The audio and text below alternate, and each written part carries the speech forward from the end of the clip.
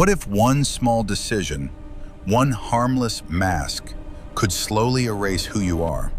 Not instantly, not painfully, but quietly. Your voice changes, your thoughts change, your memories begin to fade. And the worst part?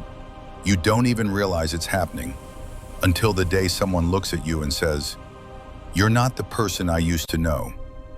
Tonight's story is about a man who wore a mask for only one night, but the mask never came off.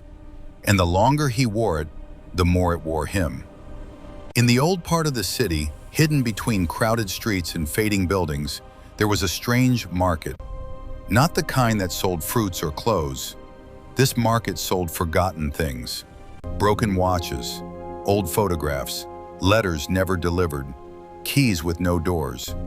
People believed every object carried a story or a secret. Most visitors came just to look, but some came searching for something they couldn't explain.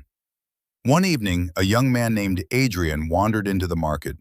He wasn't looking for anything. At least, that's what he told himself. But deep inside, Adrian felt something many people feel, but rarely admit. He felt invisible. At work, nobody listened to him. Among friends, he was always the quiet one. Even his own family seemed to forget he existed. Adrian often wondered, what would it feel like to be someone else? He had no idea the market was about to answer that question. At the far end of the market stood a stall unlike the others. It was covered in dark cloth. No sign, no lights, just rows of masks, hundreds of them. Happy masks, sad masks, angry masks, beautiful masks. Each one looked alive.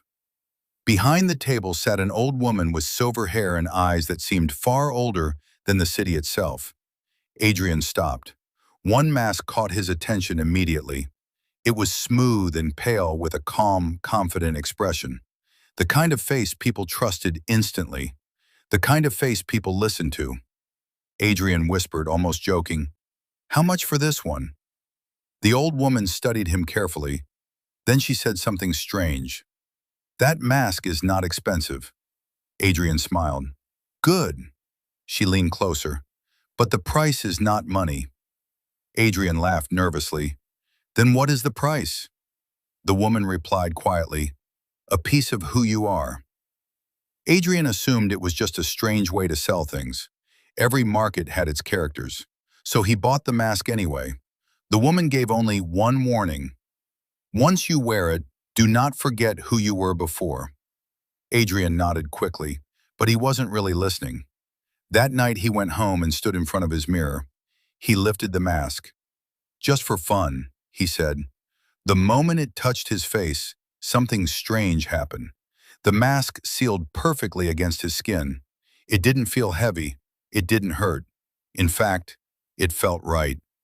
Adrian looked into the mirror. For the first time in his life, the reflection staring back at him looked powerful, confident, important. He smiled. Tomorrow he would wear it outside. Just once, just for a day, just to see what it felt like. The next morning, everything changed. At work, people noticed him immediately. His boss listened to his ideas. Co-workers asked his opinion. People laughed at his jokes. Strangers even smiled at him on the street. Adrian felt something he had never felt before. Respect, attention, power. For the first time in his life, he mattered. That night he tried to remove the mask, but it wouldn't move. He pulled harder. Nothing. He laughed nervously. Okay, maybe tomorrow. But tomorrow came, and the mask still wouldn't come off. Days turned into weeks. At first, Adrian didn't mind. Life had never been better. But something strange began happening. His thoughts changed. His kindness faded. He interrupted people more often. He lied more easily. And sometimes he heard a voice in his mind. Not loud, just a whisper. "This is who you really are." Adrian began forgetting small things.